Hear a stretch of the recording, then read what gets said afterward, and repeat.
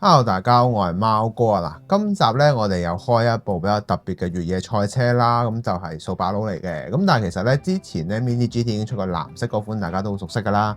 咁啊嗱，今集呢一部車咧係一個截然唔同嘅故事嚟嘅。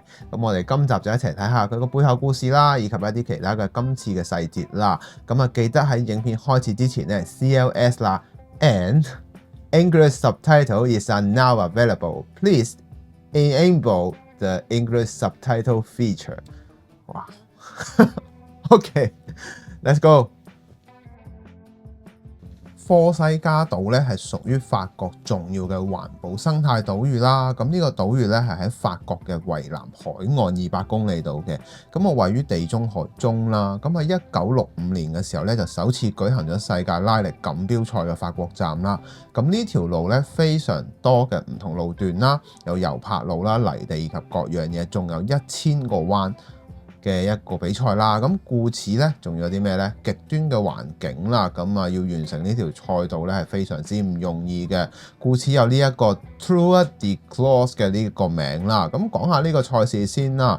Arrow 咧同埋英國嘅冠軍聯合車手咧，咁啊 Freeman 咧喺5月嘅時候咧就參加咗呢一個標誌性嘅 Tour de Clos 嘅呢個拉力賽啦。咁其實喺呢一個越野賽入面咧，咁佢喺職業生涯裏邊咧亦都攞到最好嘅成績嘅，喺一個非車廠品牌入面咧係獲得第5名啦，而喺總排名嘅排次咧就攞到第16名嘅，咁可以話相當之唔錯噶啦，喺冇車廠嘅支援之下跑到咁樣嘅成績啦，咁啊好特別嘅一款車啦。咁好啦，我哋講下成架車嘅整體結構啦。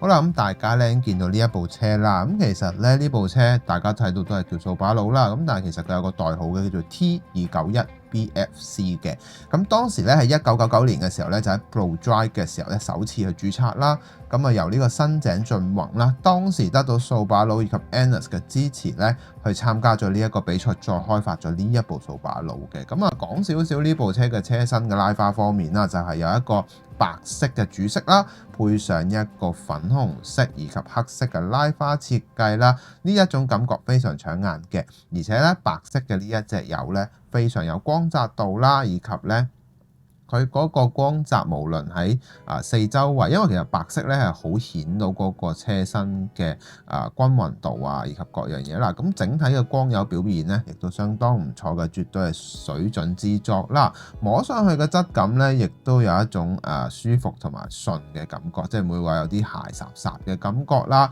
塑膠件以及其他嘅白色嘅配件上面咧嘅一致性都非常之高啦。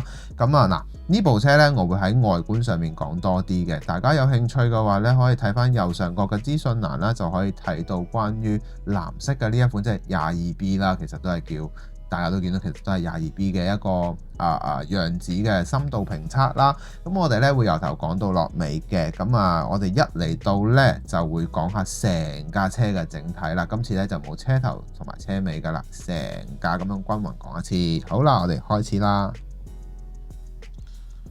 好啦，我哋咧就會從整體成架車啦，咁今次咧就唔會由車頭、車尾、車側咁樣講噶啦，因為大致咧我喺之前嗰架藍色車已經總括咗啦。咁我哋今集咧主要喺外觀上以及一啲細節嘅位，我哋去了解嘅。第一點啦，喺車身嘅拉花上面啦，用上咗一個掃把佬嘅純白色設計啦。呢一種純白色咧，我覺得非常之乾淨啦，以及咧喺嗰個靜電處理咗度咧做得非常之好啦，令到佢整體嘅輪廓咧相當唔錯嘅，厚薄度亦都適中，即係摸上去嘅感覺唔會有種好浮嘅感覺啦。簡單啲，大家就會覺得個噴塗比較厚，而家係完全冇嘅，清晰見到每一個紋理啦。第二點，我哋見到嘅就係呢一個拉花設計啦。咁其實咧，大家如果有留意嘅話咧，有翻咁上下年資打機嘅朋友咧，應該會見過呢一個 logo 嘅。呢個 logo 咧其實就係 V-Rally 啦，係當時咧1999年咧一隻 PlayStation 嘅一個專玩越野賽車嘅遊戲啦。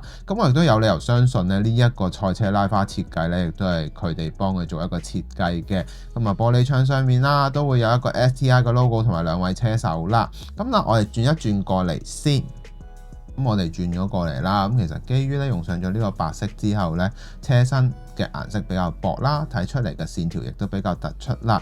第一點我哋會見到嘅當然就係車頭燈嘅部分啦，可以清晰見到一啲車內膽嘅即係呢個燈膽嘅細節位會睇得到啦，因為基佢換咗白色啊嘛。咁第二點咧嚟到咧當然就係車頭冚嘅部分啦。車頭冚部分咧基於用上啱啱都講啦，拉花有呢個特別嘅之外咧，令到兩邊亦都車頭冚嘅頭冚鎖亦都有加上之外咧，喺一個閘骨線，我哋要值得睇嘅唔係睇嗰個窿窿啦，窿窿已經睇過咗啦。最主要係兩條若隱若現嘅閘骨線啦，基於用上咗白色之後咧，更加之自然同埋突出啦。咁啊，呢個撞啲風入去機器位置嘅呢個鯊魚窿咧，亦都係比較上係特別嘅。咁啊，我哋又再轉一轉啦。咁另外又再講講啦，咁其實咧呢一個車牌咧，大家會見到咧喺蒙地卡羅嘅時候，大家如果之前有收藏過 Mini GT 其他系列嘅車咧，會見到呢一個咧其實係 Tour de Cross 嘅呢一個牌嚟嘅。咁每一個越野賽咧都有個好特殊嘅牌啦。咁啊呢度會見得非常清楚啦。第二點呢一個位置值得一講嘅，呢一個咧其實係一個小屋仔啦，成日叫。其實之後咧有啲掃把佬，例如後期一啲 RAR 嘅一個版本咧，會見到其實有啲突出嘅窗仔啦。咁呢啲咧其實都係向翻當時嘅越野賽車做一個致敬嘅。咁大家會見到呢個屋仔咧突咗出嚟啦。咁其實係將啲風咧撞入去個車廂內啦，去減少熱力嘅。咁啊非常之有用嘅一個設計。因為其實咧當時佢哋咧比賽啱啱都講過啦，非常之炎熱同埋高溫嘅。咁當時點樣去做處理咧？呢一度咧就係睇得非常清楚啦。咁啊嗱，呢一個咧好明顯一個塑膠零件嚟嘅，塑膠零件以及車頂嘅呢個接觸嘅一個白色嘅一致性咧，唔會話出現兩級色嘅不同色差，我哋叫色差度咧係完全係冇嘅。咁啊另外值得留意啦，22號呢個位置其實有個篤篤位咧，我哋自己即係喺翻後期嘅一啲 aftermarket 嘅市場咧買翻條天線裝落去咧就非常之靚啦。嗱我之後咧又會開俾大家睇啦，關於嗰個天線咧，大家好想知嘅，因為我都買咗翻嚟噶啦，咁啊同大家去黐啦，教大家點樣去做啦，大致就係咁啦。咁嗱，我哋咧又再講下其他部分啦，嚟到係啦。咁另外咧，仲有一個死氣喉嘅位置啦，其實咧佢哋亦都有輕微咁改善嘅，睇得出嘅。大家有興趣咧，攞翻藍色嗰部一睇就睇到啦。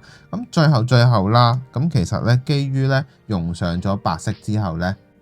點解我成日都講話白色咧？因為其實咧白色大家都知道，如果以前我哋買開車咧都知道白色、黃色係非常之難搞，一係就好厚啦，一係咧就會遮到啲線條冇晒啦。咁而家咧 Mini GT 呢一個噴塗嘅成熟度係非常之高嘅，已經係接近我哋非常之中意嘅嗰種厚薄度啦。咁啊，當然有啲人就會好挑剔啦，喂，想再薄啲。當然可以啦，咁但係你望翻過去，其實都真係進步咗好多嘅。咁嗱，咁最後一點咧，就係兩個車尾冚嘅兩個鎖咧，依然有保留到呢個細節嘅，做得非常之唔錯㗎啦。好啦，咁我哋又打開個內籠俾大家睇下啦。嗱，咁嚟到內部嘅結構啦，咁其實咧嚟到內部結構咧，我覺得最令我有印象深刻而佢又進步咗嘅地方咧，就係佢喺內部上面咧都盡量去關注到玩家嘅需要啦，而且咧佢亦都越做越好啦。第一點就係車後面嘅我叫做尾箱嘅部分啦，我叫佢係有注意到呢一點去做咗上顏色嘅，令到大家咧即係我哋有一啲朋友仔淨係想純粹收藏咧，咁佢基本上而家連呢啲位置都有注意到啦。咁第二點咧就係車架嘅部分，嗱，大家唔好以為呢個車架係我自己上色嘅，唔係啊，買翻嚟就已經係咁樣啦。咁所以咧Mini GT 真係好好啦，而家佢好多細節咧都開始陸陸續續去更加注意同埋細化啦。咁我自己咧改裝嘅少少部分咧，當然就係喺一啲車架嘅部分啦。咁第二點咧就係喺一個安全帶部分咧，亦都配合翻，因為其實咧我睇翻咧呢架車咧真係用上咗一個粉紅色嘅粉紅色嘅安全帶，咁我就去點綴翻咯，咁令到成件事個完整度高好多啦。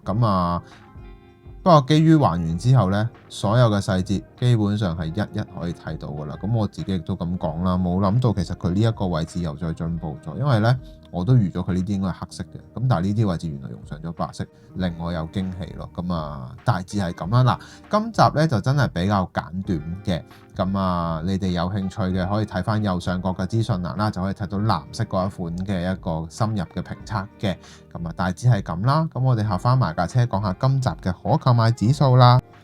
好啦，嚟到今集嘅可購買指數啦，我會俾佢8分嘅。咁其實呢一部車咧係一部相當具歷史意義嘅作品之餘咧，Mini GT 咧亦都再次喺內部嘅結構上面去做一個更新啦，睇到一啲細節啦，令到呢一架車更加盡善盡美啦，再可以經過我一啲嘅點綴啦，可以睇到內部嘅細節啦，應有盡有啦。